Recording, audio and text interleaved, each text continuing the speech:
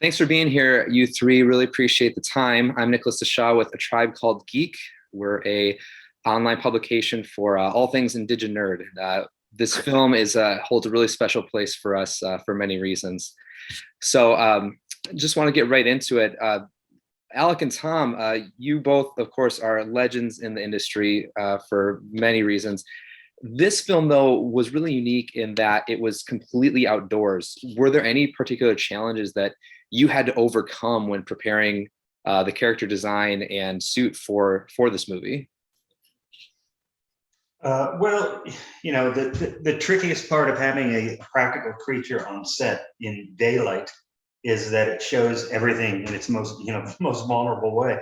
At night, there's ways to kind of hide things in the shadows and kind of close down what you're able to see of the character. But in daylight, that's not the case. Now, there were a number of things that Dan Trachtenberg, our director, did, which was to have, like, in some scenes, there's ash falling when they go into the charred remains of a forest. And later in the show, there's snow that's starting to come down. And I find all those environmental things that sort of add extra context to the creature. So you're more aware of that, less aware of, looking for zippers or looking for joints, in the ankles or the wrist or something. It helps keep him more set as a character.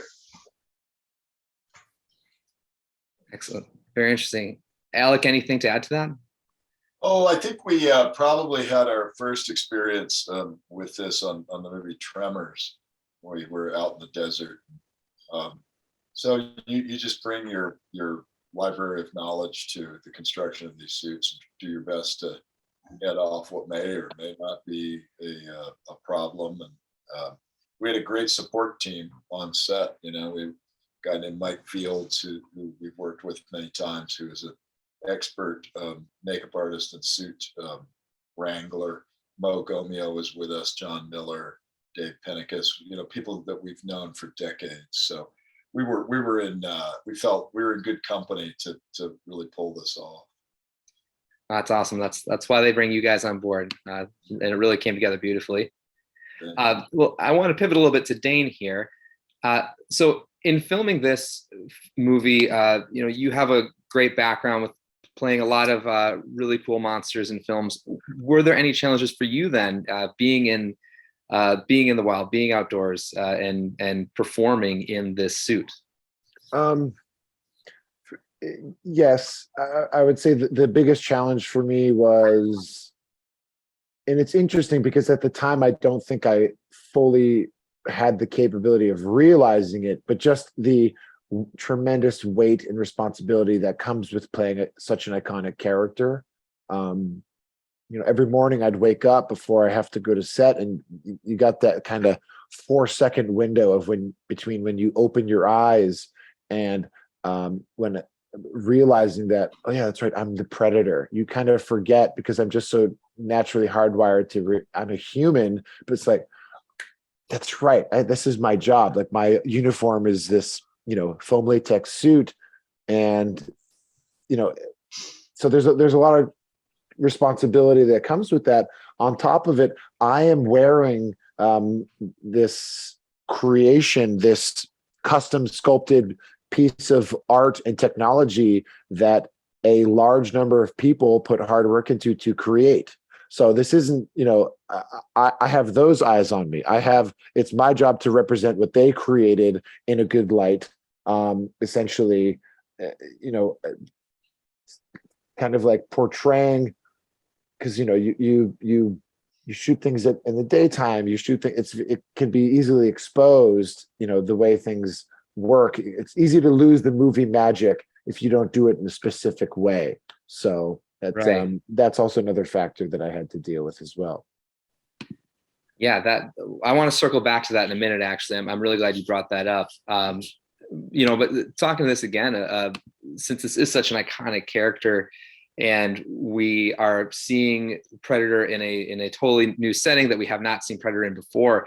Tom and Alec, when designing this new look, were there specific things that you drew from? And then, Dane, maybe we can circle into your thought when you saw this new look of this character. Was there something you wanted to bring to that there? Well, the great thing about Dan Trachtenberg is that he's very collaborative, and one of the first things he said to us was kind of sheepishly, he said, "I don't really want this predator to look like all the other predators." And we were like, "That's fantastic. Please tell us more," because we've always tried to, in other movies that we've worked on, push that envelope a little.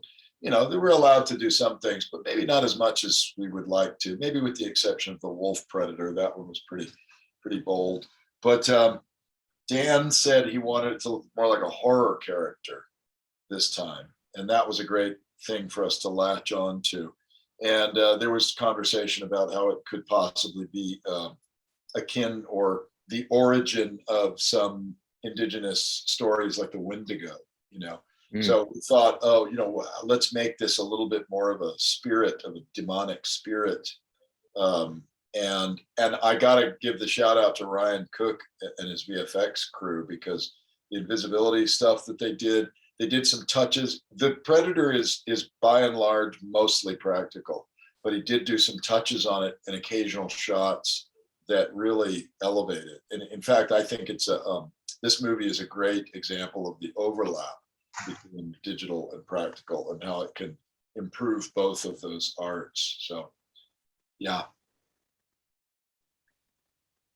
Yeah, I know there's a lot of opinions on that as far as practical and digital, and I think this film does bring those together a lot. Ryan has talked about doing a breakdown to show exactly what they did, which I'd like to see too, because there are times that I can identify it as purely practical, but then there are some other times where I see some little quiver and shake inside the mouth and things like that. But regardless, it was all part of the plan.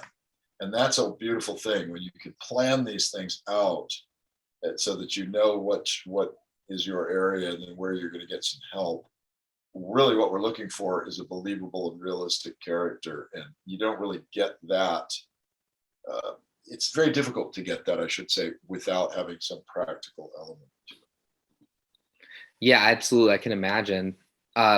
With all that, Dane, like you said, you really felt the responsibility of playing this character well, because it is such a classic and beloved movie monster.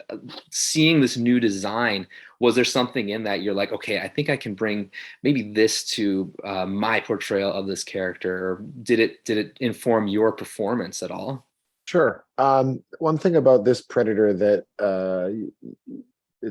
you may or may not notice, but his back is just so big, and he has these giant shoulders. When I'm allowed to, I eventually one day will post photos of me in the suit with no head on, but you'll see my shoulder caps kind of come out to here, and he has these huge traps that kind of give him this hunched over animalistic look, which I think was a design was designed into this character because my head is in the neck, and obviously it dials into that.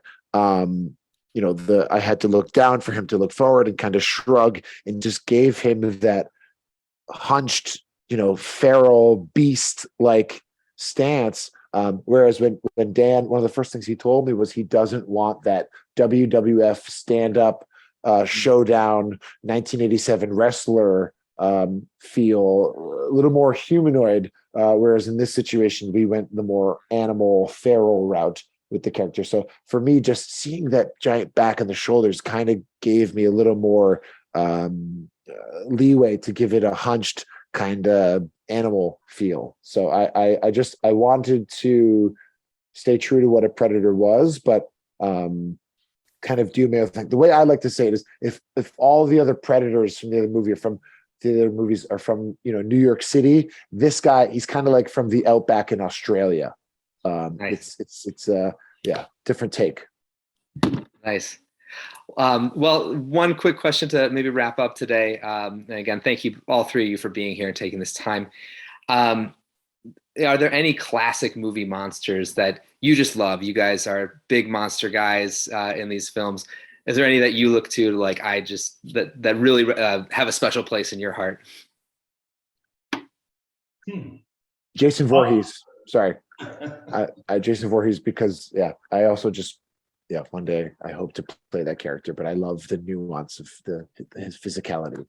So For me, anything that was animated by Ray Harryhausen. Nice. That's a good one. I'm going to go with a very obvious one, but Boris Karloff's portrayal of Frankenstein that's a perfect combo of a makeup artist at his firing on all cylinders and an actor who was just perfect for that role at that time in his life. And that's the sort of synergy that I sort of feel like we've got with Dane here, is that Dane is just such an excellent suit performer. It's hard for me to imagine anyone else who could have pulled off what he did. I don't think there is anyone else. I think we will look back on his performance for a long time as a new bar that has been set, for sure. Well, thank you all three so much for